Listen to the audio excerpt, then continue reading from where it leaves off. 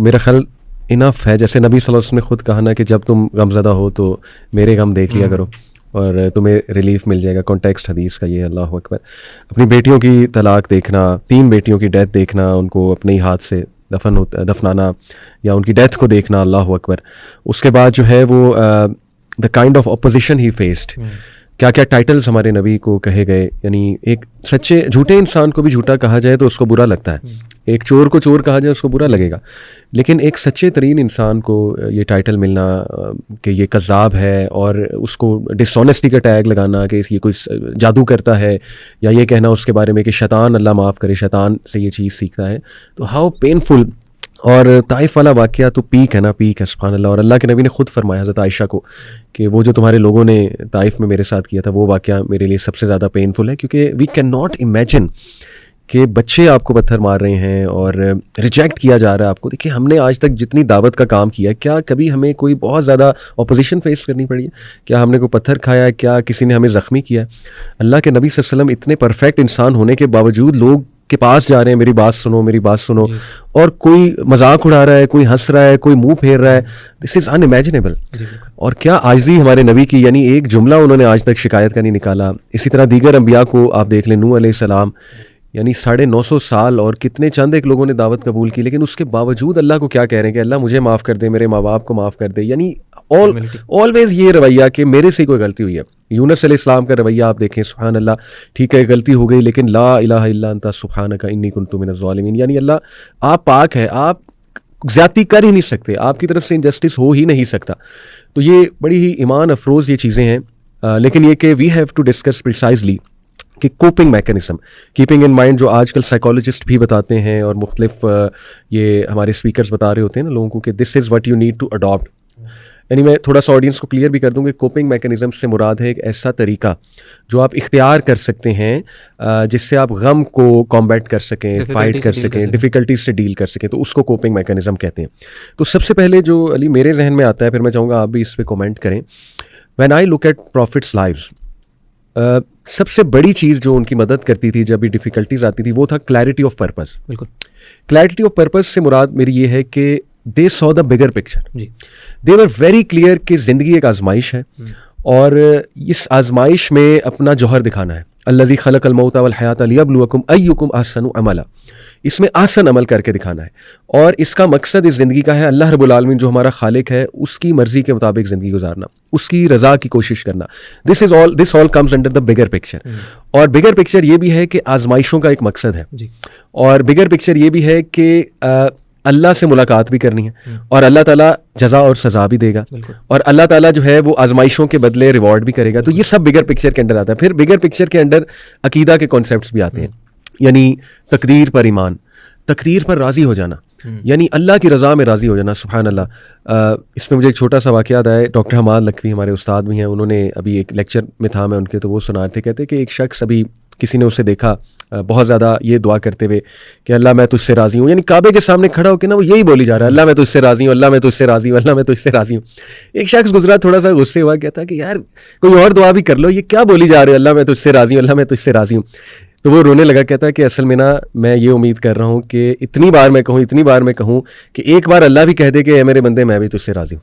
اللہ اکبر. یعنی آپ دیکھیں کہ کس لیول پہ وہ بندہ, اس کا پرپز کتنا کلیئر تھا کہ بس مجھے اللہ ایک بار یہ بول دے کہ بندے میں بھی تجھ سے راضی ہوں. What a clear mind he had. جو آپ نے رضا والی بات کی ہے نا, اس میں کہ اللہ کے رسول صلی اللہ علیہ وسلم کی ایک حدیث بھی آتی ہے کہ آپ نے وہ رضا والی بات کی تو مجھے اس سے وہ بات بھی یاد آ گئی کہ اللہ کے رسول صلی اللہ علیہ وسلم نے فرمایا کہ اللہ تعالیٰ جب کسی بندے کو آزماتا ہے نا اور وہ اس آزمائش کے اوپر اگر راضی ہو جاتا ہے بندہ, تو اللہ تعالیٰ اس بندے سے راضی ہو جاتا ہے. سبحان. اکثر لوگ یہ سوال کرتے ہیں نا کہ ہمیں کیسے پتہ چلے گا کہ مصیبت آزمائش ہے یا یہ اللہ تعالیٰ کی طرف سے سزا ہے. حدیث میں آتا ہے جو آزمائش پہ راضی ہو گیا اللہ اس سے راضی, اور جو آزمائش پہ اللہ سے ناراض ہو گیا اللہ اس سے ناراض ہو گیا. آپ سوچیں اس سے بڑی بات اور کیا ہو سکتی ہے کہ اللہ تعالیٰ یعنی میرے اور آپ سے راضی ہو جائیں.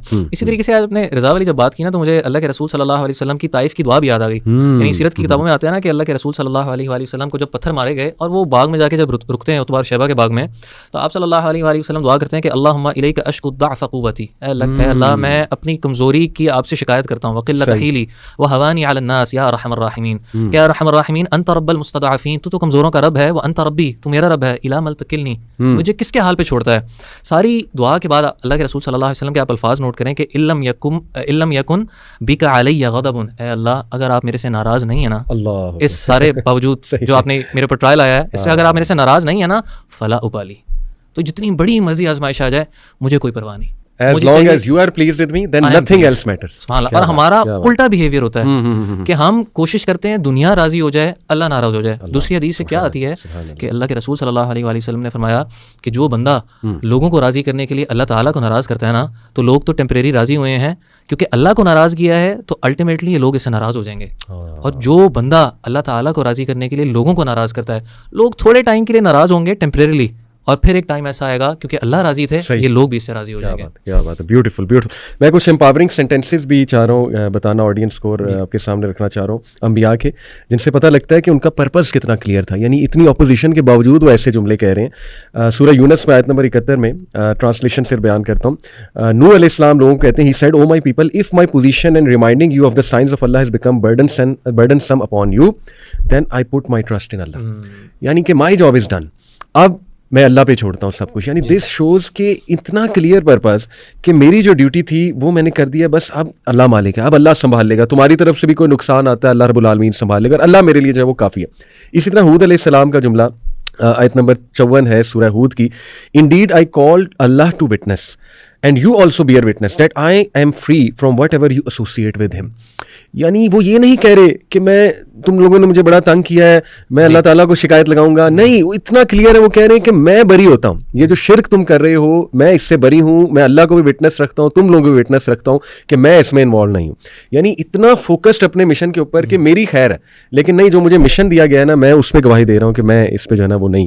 جی سر, ایک مثال میرے ذہن میں آتی ہے, آپ نے جو بڑی اچھی بات کی کہ یعنی پرپز کی کلیئرٹی ان واقعات سے کیسے ملتی ہے. آپ یوسف علیہ السلام کے کبھی جو پرزن والے واقعہ ہے نا اس پہ آپ غور کریں کہ یوسف علیہ السلام کنویں میں پھینکے گئے, بھائیوں نے بٹرے کیا, کنویں میں پھینکے گئے, پھر ایز اے غلام سولڈ کیے گئے, پھر ٹیمپٹ کیا گیا, الزام لگایا گیا, اور لیکن جب جیل میں بھیجا جا رہا ہے تو یوسف علیہ السلام جیل میں بیٹھ کے شکایتیں نہیں کرنے لگے. ودخل معه السجن فتیان, جب ان کے پاس وہ دو بندے آئے جو قیدی آئے تو قیدیوں کو انہوں نے دعوت دینا شروع کر دی دین کی.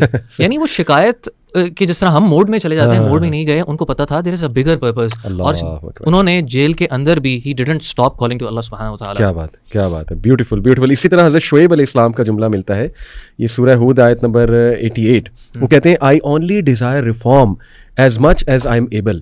My success is only from Allah and upon him I have relied. تو توکل. اسی طرح حضرت ابراہیم علیہ السلام کا, سبحان اللہ, سورہ عنکبوت آیت نمبر 25 میں حضرت ابراہیم علیہ السلام کا جملہ ہے, Indeed you have only taken idols besides Allah out of love for each other in this worldly life. اس طرح موسیٰ علیہ السلام کا بہت امپاورنگ جملہ ہمیں ملتا ہے سورہ شعراء میں آیت نمبر 62 میں. وہ کہتے ہیں, He said never, indeed my Lord is with me, He will guide me.